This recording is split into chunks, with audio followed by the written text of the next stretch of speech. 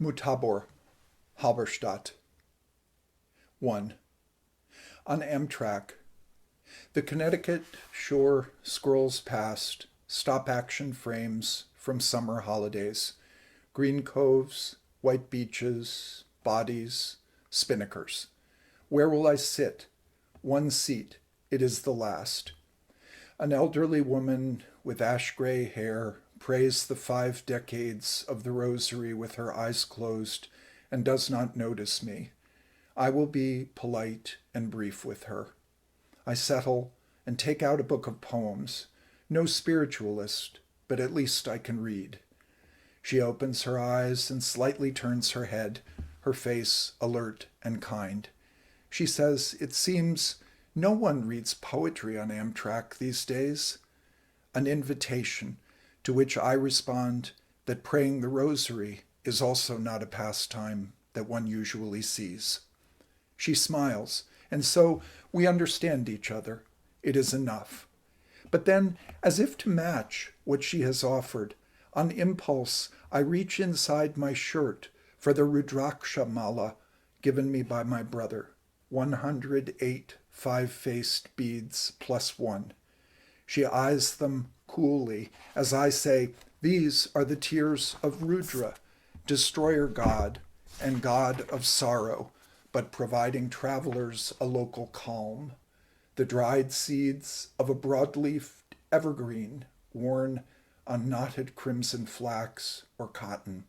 Rudra is also the god of holy wisdom." Her gaze on me has now become ironic. "Ah, holy wisdom. Certainly we need such a fine thing. You've got your book to read, and I'll get off before long in Norwalk, but may I share a traveler's tale with you?" Uh-oh, I think, the ancient mariner has come to visit in the quiet car, but it is much too late to change seats now. 2. April 8th, 1945 was a Sunday. We were in Halberstadt. Hungarian refugees fled from Berlin. The Germans hated us. I was 7 years old. I cannot easily describe to you the meanness of that life. Milk bottles filled with salt in the dairy window, mocking the plenty they pretended to. The tobacconists with empty carton on carton of imported cigarettes and a sign that said, "Nur attrapen," for display only.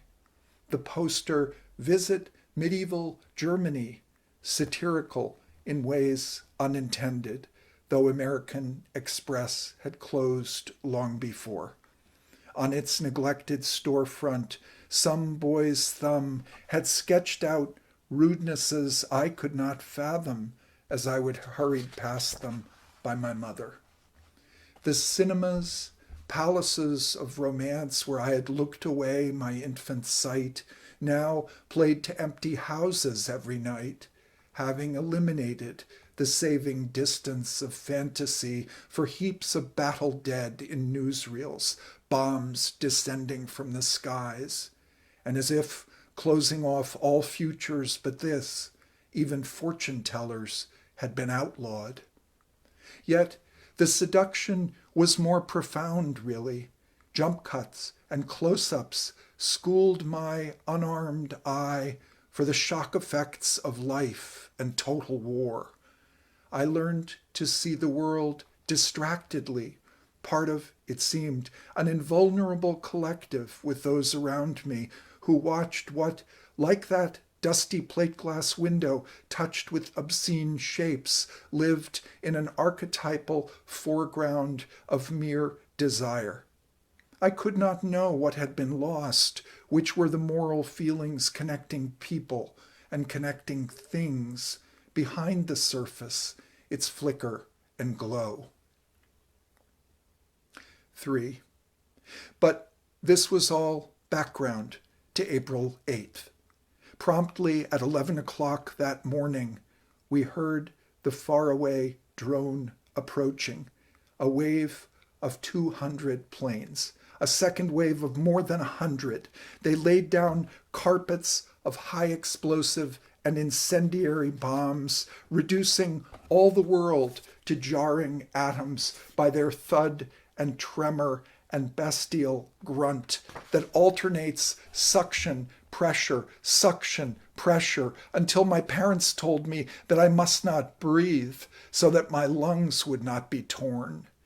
Dazed with the noise, we simply cowered. A cathedral of light rose in the streets, a wicked sound, like the devil laughing, or, as the fire rose into hurricanes, a toccata played on some monstrous organ. My mother's hand, I held her hand and tried to think of a poem. Oh, tell me, dear, if I died before you did, would you weep and wrap me in my shroud? I tried to think of Budapest, our home, but nothing helped, and terror rustled like wind in a thatched roof or a flock of birds, as if a cauldron were over our heads, pouring down gasoline and rubber in a thick lava. My mother, in a rain-blue cape, told me that I must pray to the Virgin. I watched her fingers move through 59 beads and wished they were pasta in my soup, for we had eaten nothing since the 6th. Be nice and good, I prayed to myself. Fold your little hands. Pray to the Lord, my child. The man whose Advent window had been dressed with 12,000 tin soldiers every year, the retreat from Moscow by Napoleon's army, was dead, along with his meticulous hobby, his troops all reduced to a clot of solder. The air was flurrying with burning pages. One fell on my wrist, and briefly I read a text in negative before it shivered to ash and mingled with a ubiquitous new element, the mud of Halberstadt, compounded from plaster dust, shredded wallpaper, kilims and stained glass, ruptured human viscera, splintered wood, and fallen roofs of slate. We hunched forward and gagged. Crowned with blue flame, what looked like tailor's dummies at grotesque angles lay in the street, or else they were fried eels. My mother could not save me from the sight of them. Around me, I could hear it start already, the struggle to control the narrative by all those who had managed to survive. Regret and reason mingled with self-pity, rising from devastation's stony rubbish, even while buried stories deep beneath fire gnawed and rodents moved with avid stealth. Stolid and cunning in their stubborn wish, those voices, mild, always exonerating, the useless adjectives, the airbrushed pronoun. On that terrible day, they raised our beautiful town. Voices that accepted nothing and learned nothing. Just once, as we left the city, I looked back. A German with a pushcart was trying to sell Narcissus, for it was spring, after all, beside a smoking mound of shattered brick. 4. A musing silence follows, though it is no respite, but like an attempt to damp what mutters and breathes in its glowing sump behind the creosote-smeared furnace glass. In it, I find a page has drifted past in my own mind, written in dented loops, part Palmer method, part unconfessed hopes, my grandmother's, on which she kept a list of raids my father flew over Germany in heavy bombers that spring of 45, city by city, till he came home alive. Once I could recite them all from memory, places I've never been and do not know. Bitburg, Koblenz, Magdeburg, Zweibrücken, Siegen, Soest, Wetzlar, and Jungen. I start to work the silent roll call through. Dülmen, Reichlin, Reisholz, Castrop, Roxel, Bingen, Bebre, and no more. But was Halberstadt there in that meticulous hand? In which case, I cannot recall. But certain things my father said come back. The plane beside him that simply exploded, and he thought, it's like a movie, my God.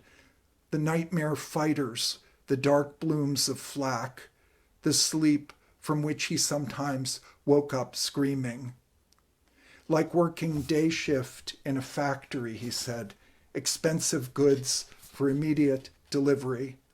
His mind was an exhausted, neutral thing, out of which he wrote letters home to please send pipe tobacco, salted nuts, fruit cake, that calf-bound Ottavo of William Blake, rubbers to fit size 10C GI shoes.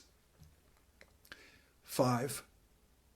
A man that Sunday had a movie camera. Her voice moves patiently toward its own doom, and recorded the raid, although the film could only have been processed in Dessau at a plant that was long since rubble. He wanted incontrovertible evidence of what had happened, but there was none, since, after all, the whir and clatter of sequential frames could only mimic jagged glimpses produced by trauma, personal memory in such destruction, replacing history, the past become forever discontinuous as survivors staggered onward, dazed or wild, with suitcases containing precious relics of ordinary life, the clothes and keepsakes, in one, the shrunken corpse of a burned child, so that it was not death alone, that finally seemed hardest to forgive, but being condemned from now on to live in broken fragments, all connection broken. And then silence. We jostled side by side as the train banked and slowed by the sea's edge, where a white heron studied its own image. The morning not yet past, the day ahead, and I with no handkerchief for pity, though the tears of hell had stained her cheeks, I saw, nor could I even wet my hands with dew to soothe the face I knew would pray for me.